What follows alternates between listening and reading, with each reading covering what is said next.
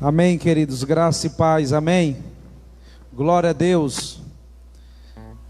Como é bom estar aqui mais uma vez. Estarmos na casa do Senhor é motivo de alegria. Honroso é o privilégio de podermos compartilhar a mensagem do reino de Deus.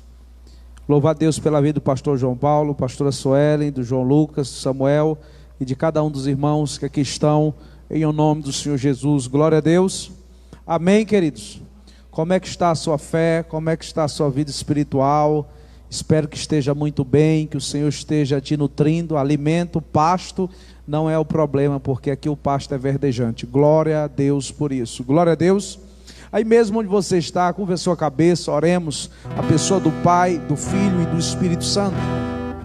Senhor Deus e Pai, nós te damos graças. Somos gratos ao Senhor por tudo que o Senhor tem nos feito, por tudo que o Senhor nos fará. Meu Deus, muito obrigada por nos amar, Senhor, por cuidar do teu povo, por nos suprir. Nós te amamos. Obrigada, Jesus. Meu Deus, e que essa noite, meu Deus, no momento que iremos ceiar, ratificar no mundo espiritual a nossa fé, meu Deus, que possamos ter experiências sobrenaturais com o Senhor, porque sabemos que o Senhor é o mesmo ontem, hoje e eternamente, para a honra e glória de Deus Pai. Diga amém. Aleluia, aplauda o Senhor. Glória a Deus, queridos. Amados, abra comigo a sua Bíblia no livro de Gênesis. Gênesis capítulo 38, a partir do versículo de número 1. Gênesis 38, a partir do versículo de número 1. Aleluia. Glória a Deus. Amém. A palavra do Senhor diz assim: e aconteceu no mesmo tempo que Judá desceu de entre seus irmãos e entrou na casa de um homem de Adulão, cujo nome era Ira. E viu Judá ali a filha de um homem cananeu, cujo nome era Sua. E tomou-a por mulher e a possuiu. E ela concebeu e deu à luz a um filho, e chamou o seu nome E tornou a conceber e deu à luz um filho. E ela chamou o seu nome Onã. E continuou ainda e deu à luz a um filho. E chamou o seu nome Selá. E Judá estava em Quezibe, quando ela o deu à luz.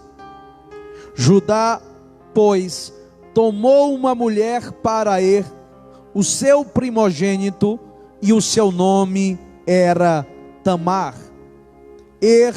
Porém, o primogênito de Judá era mau aos olhos do Senhor, por isso o Senhor o matou. Então disse Judá a Onã: toma a mulher do teu irmão e casa-te com ela, e suscita descendência a teu irmão. Onã, porém, soube que esta descendência não havia de ser para ele.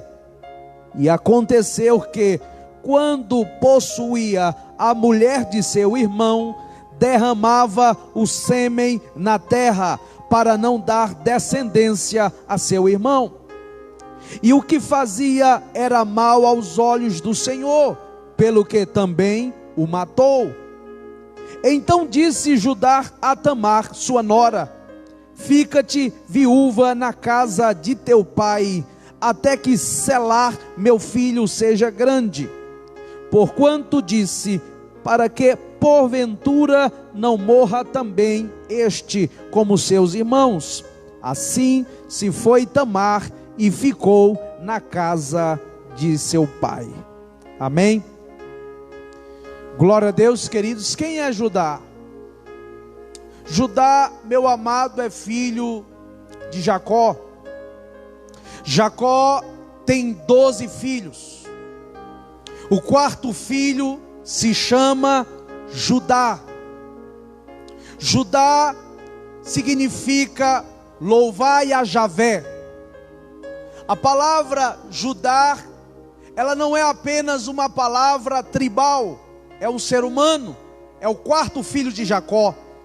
E a Bíblia nos fala que ele é Judá.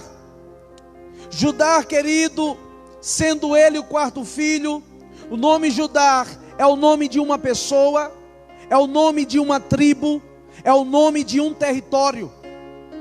A palavra judeu é originada da palavra Judá, para nós vermos como essa tribo triunfou.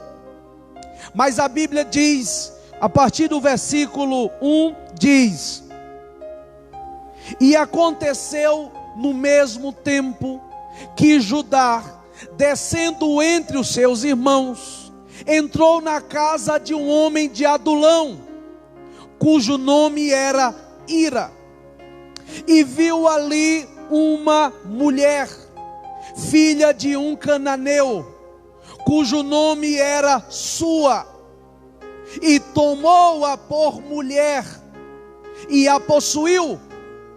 O texto diz: e ela concebeu um filho, e chamou o seu nome tornou a conceber um filho, e chamou o seu nome Onã, e continuou a conceber um filho, e chamou o seu nome Selar. E Judá estava em Quezibe quando ela o deu à luz. Esses são os 3 filhos de Judá: Onã e Selar. O texto continua dizendo: e Judá tomou uma mulher para seu primogênito, cujo nome era Tamar. A Bíblia diz que porém, fez o que era mal aos olhos do Senhor, pelo que Deus o matou. A Bíblia não diz o que fez para se tornar desprezível aos olhos do Senhor, mas a Bíblia diz que ele fez o que era mal aos olhos do Senhor, pelo que Deus o matou, tirou-lhe a vida. Em seguida, então disse Judá a Onã, seu outro filho: casa-te com a mulher do teu irmão, e suscita a ele descendência. Quando eu vi esse texto, eu me fiz uma seguinte pergunta: por que Judá está pedindo para Onã casar com a viúva do seu primogênito? E depois eu fui entender que existe uma lei chamada lei do levirato, que está em Deuteronômio capítulo 25, versículo 5 ao 10. A palavra levirato, ela vem da palavra levir, que significa cunhado, casar com um cunhado.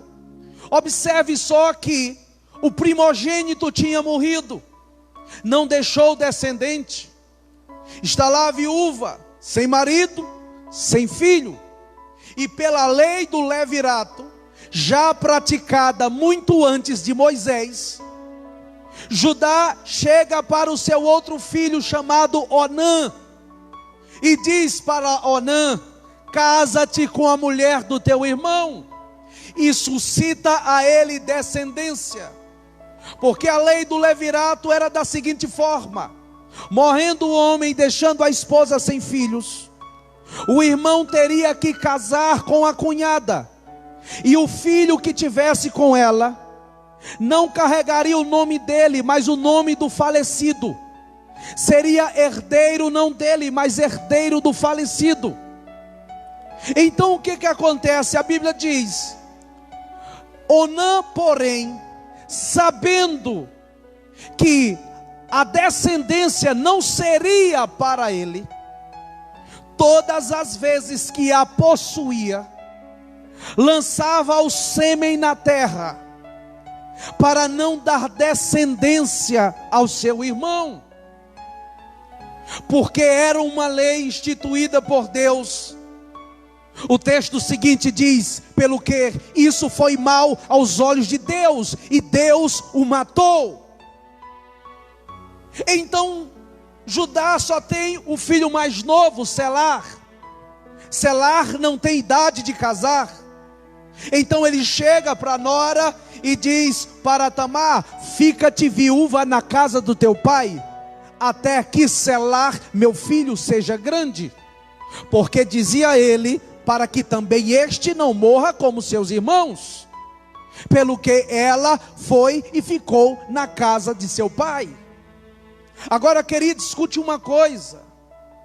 É muito fácil lermos o texto e dizer: fica-te viúva na casa de teu pai, e não entendermos o que uma viúva passava. Porque existiam, queridos, duas classes desprezadas naquela época. A primeira era a viúva. A segunda eram os órfãos. A viúva sofria muito, porque não tinha marido. E se não tivesse filhos para lhe dar o sustento, piorava cada vez mais. Você vai ver na Bíblia por muitas vezes Deus advogando a causa da viúva, Deus protegendo a viúva. Você vai ver um certo momento que Deus olha para um profeta em Kiriat Jearim, chamado Elias, e Deus diz para ele: vai até Sarepta, porque eu já dei ordem a uma viúva que te sustente. Na verdade, Deus iria usar o profeta para sustentar aquela viúva. A Bíblia fala em um certo momento que, saindo de Naim, há um cortejo. Uma viúva não tinha marido, só tinha um filho. O filho tinha morrido. Provavelmente era aquele filho que trazia o sustento para a casa, mas ele tinha morrido. E como é que essa viúva vai se manter? Como é que ela vai se sustentar? A Bíblia diz que Jesus acabou com o cortejo. Jesus acabou com o funeral. Tocou no esquife, o menino ressuscitou e todo mundo se alegrou. E era chamada aquela mulher a viúva de Naim. Outro momento, a gente vê uma viúva que chega para Eliseu, discípulo de Elias, e diz: meu senhor, tu sabes que meu marido servia, e agora vieram os credores, e não temos como pagar as dívidas. E a Bíblia diz que os credores queriam levar seus filhos, porque naquela época, quando o marido morria, o provedor, os credores vinham, e se ela não tivesse dinheiro, levava os filhos, e por fim levava ela como escrava para pagar a dívida.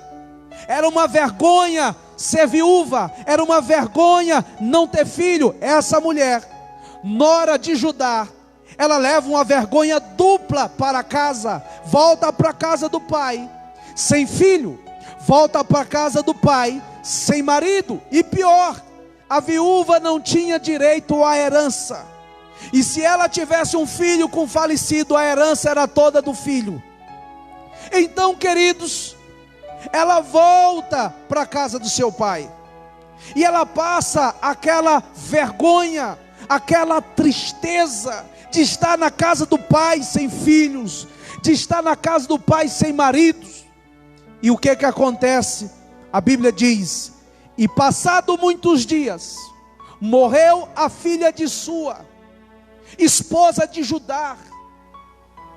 E Judá, após ser consolado com o seu amigo Adulamita, eles sobem para olhar os tosqueadores das suas ovelhas. Mas a Bíblia diz que fizeram saber a Tamar, dizendo: o teu sogro sobe a Tina e passará.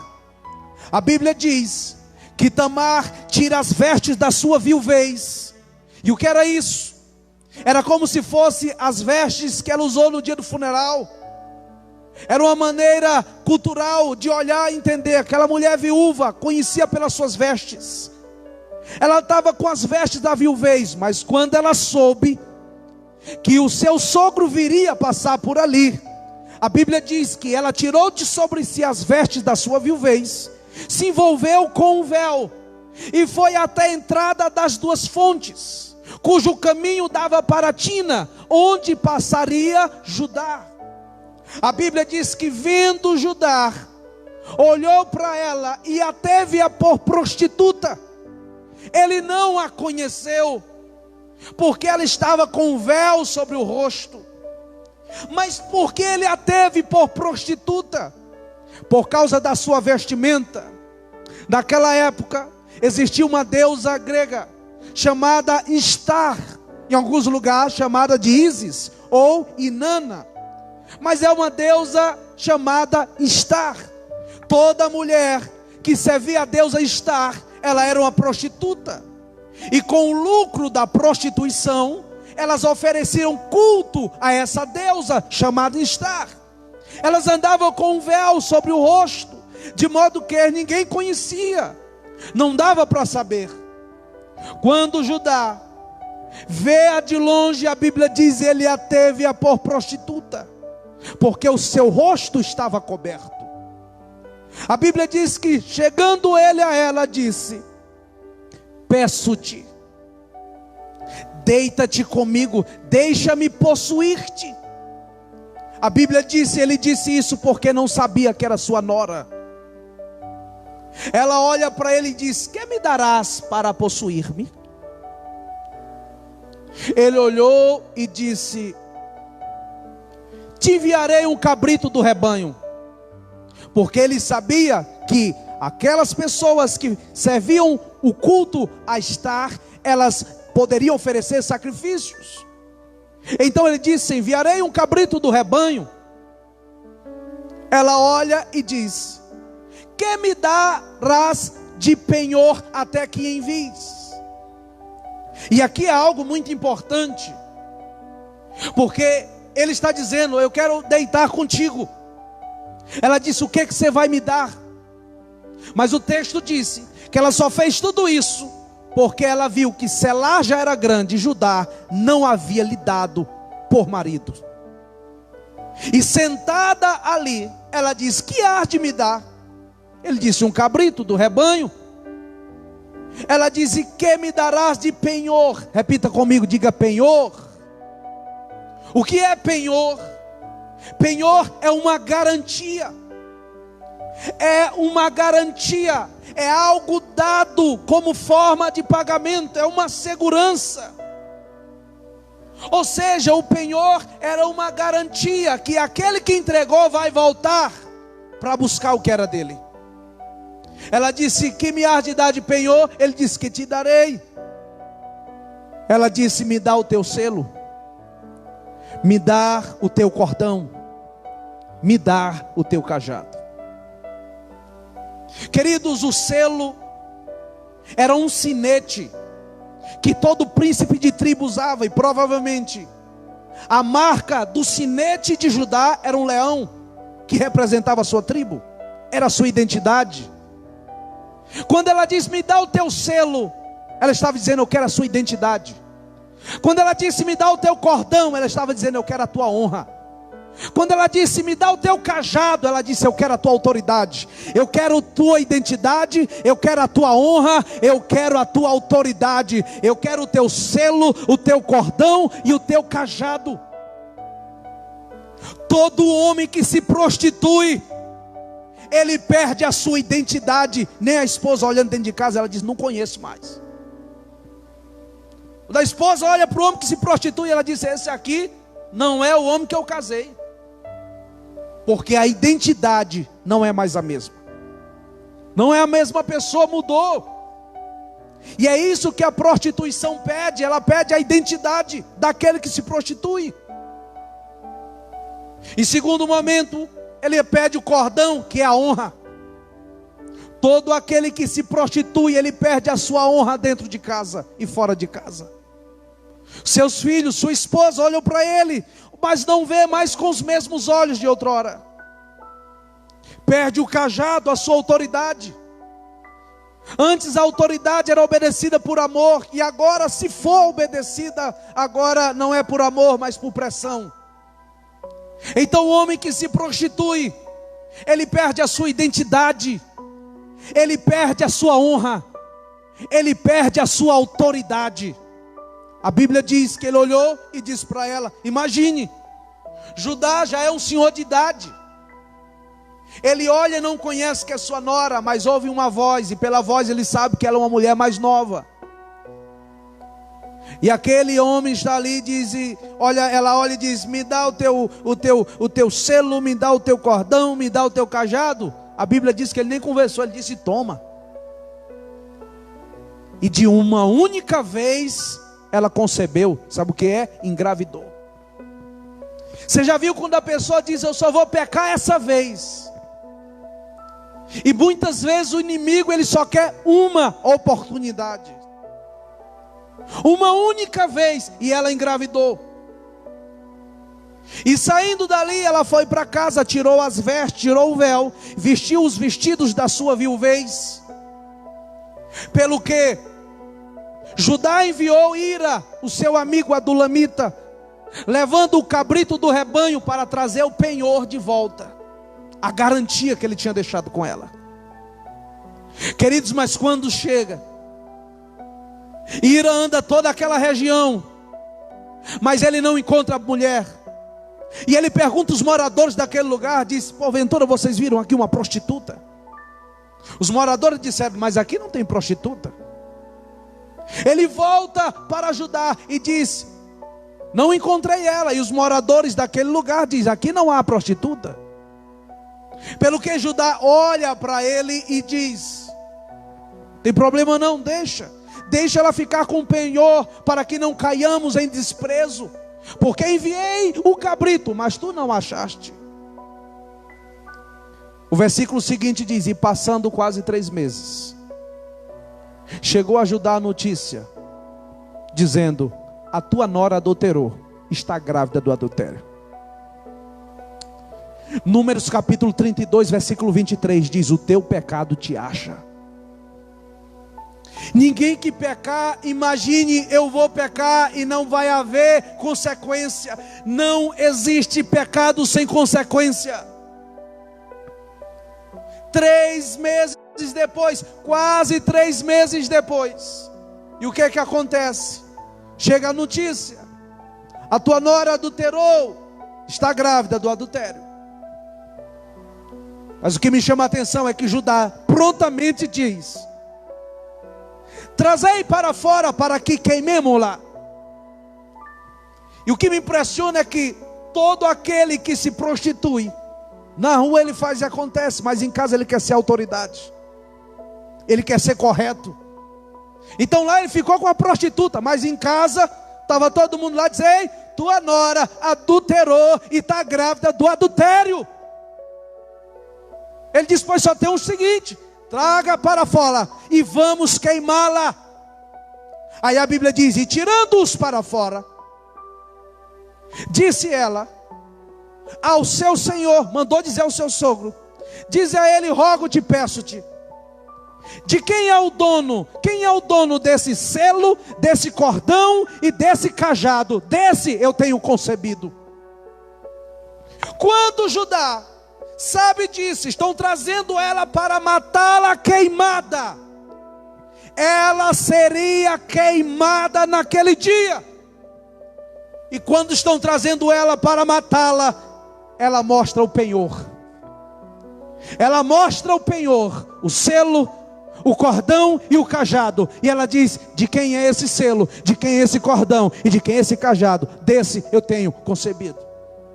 Quando Judá reconhece o seu selo, reconhece o seu cordão e o seu cajado, ele olha, meu amado, e ele fica doido. E ele diz: essa mulher é mais justa do que eu, porquanto não entreguei o meu filho Selar.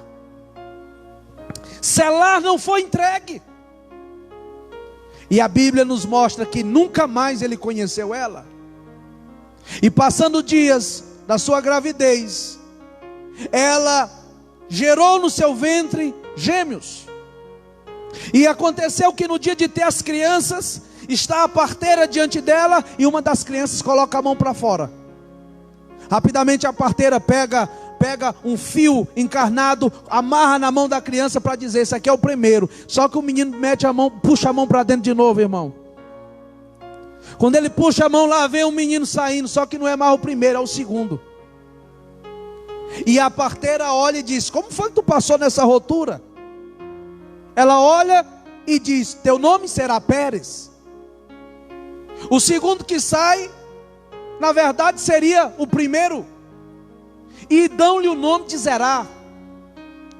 Mas o que me chama a atenção é que Tamar iria morrer, mas foi salva por causa do penhor que estava com ela.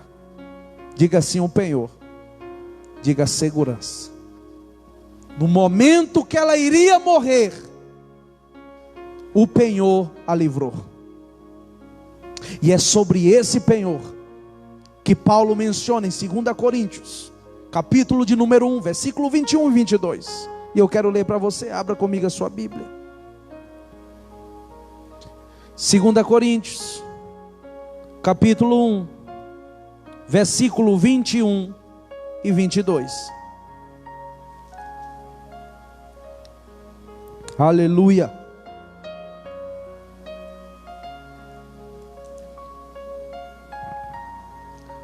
Amém.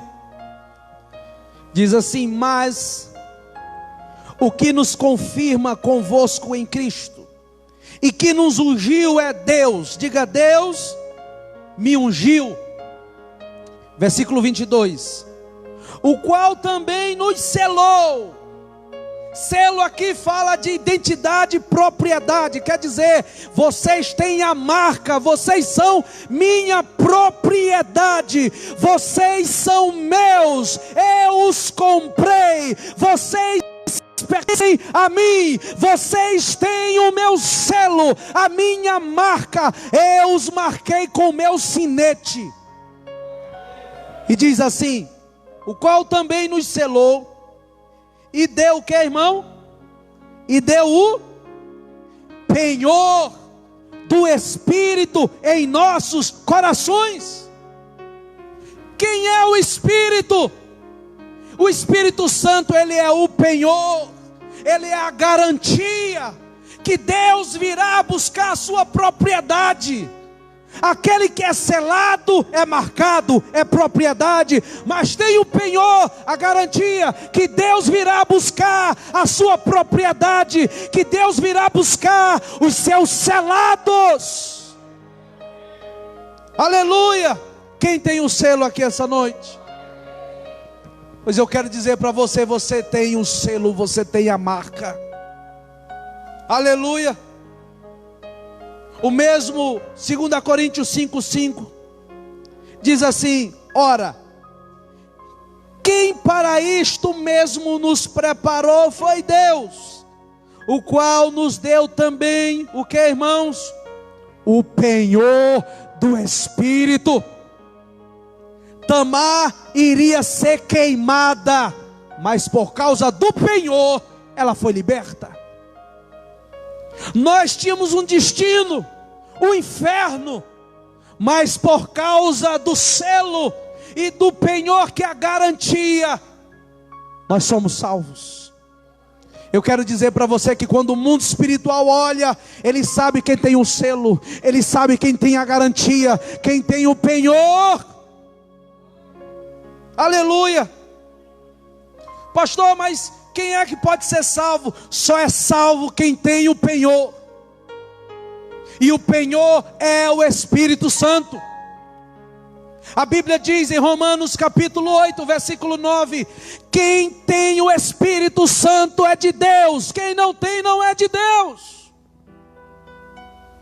Então o que Deus olha? Deus olha e sabe, quem tem o penhor tem a garantia, está salvo. Então você não é salvo no dia que Jesus vir buscar, você é salvo porque o penhor já está com você, já há uma garantia no seu interior. Romanos 8, versículo 14 diz: porquanto O amor de Deus é derramado nos nossos corações pelo Espírito Santo. O que o Espírito Santo faz? Ele derrama o amor não de homens, o amor de Deus no nosso coração. O amor de Deus é derramado em nossos corações por intermédio do Espírito Santo. E eu quero dizer para você essa noite, querido, nós temos esse selo. Nós temos o penhor. Quando Judá veio, olhou para Tamar, não conheceu, mas mesmo sem conhecer, teve relação com ela. Você sabe qual é a estratégia da tentação? Te oferecer prazer sem compromisso. Você pode se aproveitar, não precisa de compromisso. Prazer sem compromisso é o que a tentação oferece. Deus não oferece prazer sem compromisso. A tentação mostra algo para você e diz: se você quiser isso, não precisa de compromisso. E o que a gente vê, querido, em muito tempo, são muitas pessoas que querem ter prazer diante de Deus, mas não querem ter compromisso com Deus. E quando eu quero ter prazer diante de Deus, suprir os meus prazeres, mas não querer compromisso, eu estou tentando. Você já viu quando a Bíblia diz: não tentarás o Senhor teu Deus? Eu estou caminhando por um caminho errado e eu não entendi a minha real identidade, porque eu não preciso ficar mendigando. A Bíblia diz que agora nós somos herdeiros de Deus e co-herdeiros com Cristo. O que é de Jesus é nosso. Aleluia. Abra comigo em 1 João capítulo 4, versículo de número 3. 1 João capítulo 4, versículo 13. Aleluia.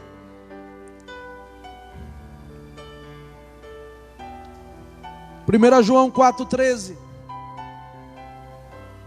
diz assim: nisto conhecemos que estamos nele. Vou repetir: nisto conhecemos que estamos nele e ele em nós, pois que nos deu o seu Espírito. Aleluia. O Espírito é a garantia que nós estamos em Deus e que Deus está em nós. Recebemos essa garantia. Deus nos chamou para um novo tempo. No dia que eu e você entregamos nossa vida para Cristo, fomos selados, recebemos o penhor, e agora nós temos, meu amado, a segurança de Deus por intermédio da morte substitutiva do seu Filho Jesus Cristo. Por isso nos alegremos. Eu vi uma frase de um homem de Deus que dizia da seguinte forma: a vida que você vive vale a pena a vida que Jesus morreu. O que eu estou vivendo está valendo a pena o que Jesus fez? Será que a vida que eu estou vivendo está passando uma mensagem para Jesus e dizendo: valeu a pena? Ele valoriza, porque a gratidão a Jesus não é expressa na nossa fala, mas na nossa vida. Aleluia. Por isso que devemos nos entregar inteiramente, continuamente, sempre na sua presença, vivendo para a glória do seu nome. Diga amém. Aleluia. E a Bíblia diz assim, Romanos 5,5: e a esperança não traz confusão, porquanto o amor de Deus está derramado em nossos corações. Diga derramado. Sabe o que é isso? Derramado é sem medida. Deus derramou, derramado em nossos corações pelo Espírito Santo que nos foi dado. Glória a Deus, queridos. Diga: eu recebi o Espírito Santo. Diga: eu tenho um selo, eu tenho um penhor, eu tenho a garantia que Ele vai vir me buscar. Glória a Deus. Então eu estou diante de pessoas salvas em Cristo Jesus. Você não está esperando Jesus vir para ser salvo. Você está esperando porque você já é salvo. Aleluia. Você tem o penhor. Você tem a garantia. Você foi selado. Você foi marcado. Porque todas as vezes que um rei ou um príncipe compraria algo, ele tinha no seu anel, ele tinha um sinete pequeno. E só ele tinha. E ele pegava e colocava em cima de uma cera, em cima daquele material, e tirava. Quando ele tirava o seu sinete, a imagem do sinete ou do selo ficava naquele material. Ninguém mexia, porque já sabia quem era o dono. Quando a Bíblia diz, vocês têm um selo, vocês têm uma marca, ninguém mexe. Aquele que é de Deus, o maligno não toca. Glória a Deus. E nós precisamos entender que nós temos o selo. Nós somos marcados, comprados, lavados e remidos pelo sangue de Deus. Então viva como quem valoriza a vida que Jesus deu por você. Vamos viver de maneira a glorificar o nome do nosso Deus. Aleluia. Glória a Deus, queridos. Fique de pé. Eu quero orar pela sua vida.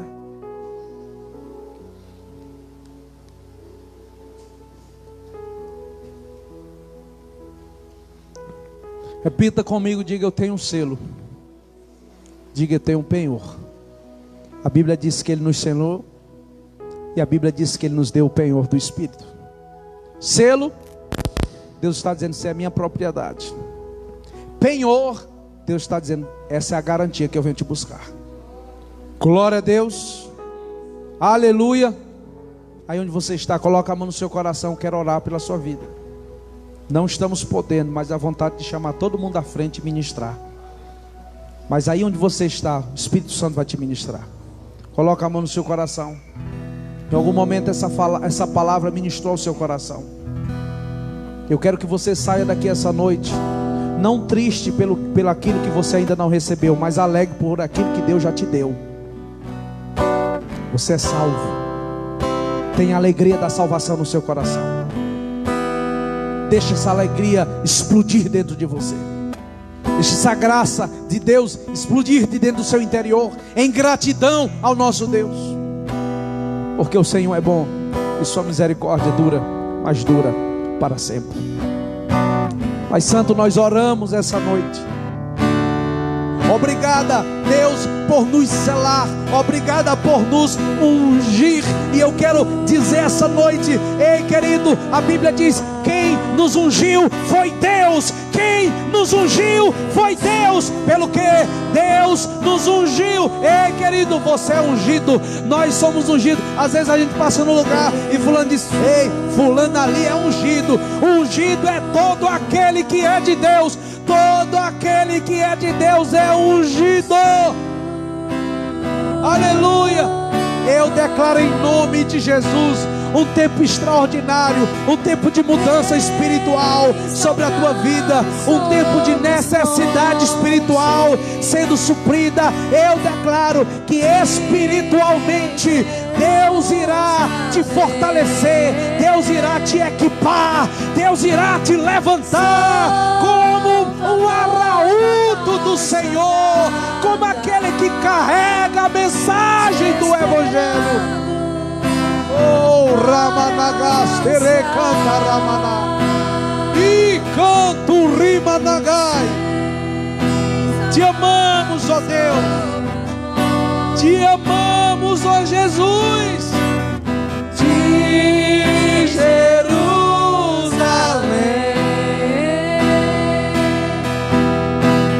sou a noiva apaixonada,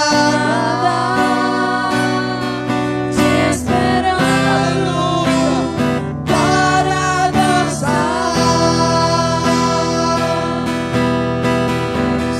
Alegre-se essa noite. Nós temos o penhor. Nós temos o penhor. O penhor do Espírito em nossos corações. Aleluia. Sabe o que significa? Se Deus chegar agora, Ele vê em você a garantia. Há uma garantia em você. Há uma garantia, há uma garantia. Aquele que tem o Espírito de Deus, esse é de Deus. Saltando sobre os montes. Romanos 8,14.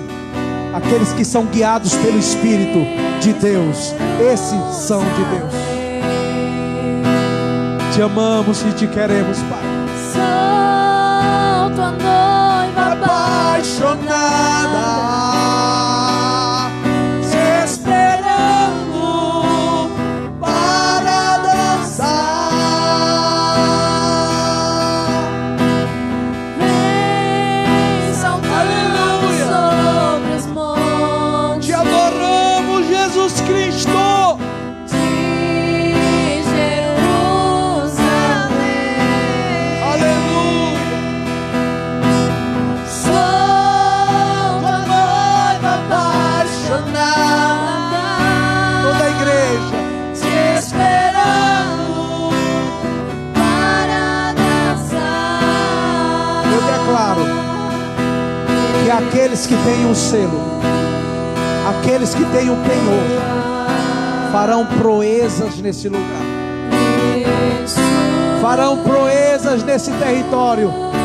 Eu declaro em nome de Jesus que aqueles que têm o selo serão levantados nesse lugar como guerreiros e guerreiras do Senhor. Aleluia. Estenda as tuas mãos para o alto. Eu profetizo que ainda este ano Deus vai te levantar nesse território como um guerreiro e uma guerreira de conquista. Eu declaro que através da tua vida Deus irá conquistar pessoas não conquistadas, territórios ainda não alcançados. Há muitas famílias nesse lugar que através da tua vida irão saber que Jesus é o Cristo, para a glória de Deus Pai. Oh, ricanta ramana. Oh, aleluia. Diga: Pai, obrigado pela tua palavra. Tu és santo.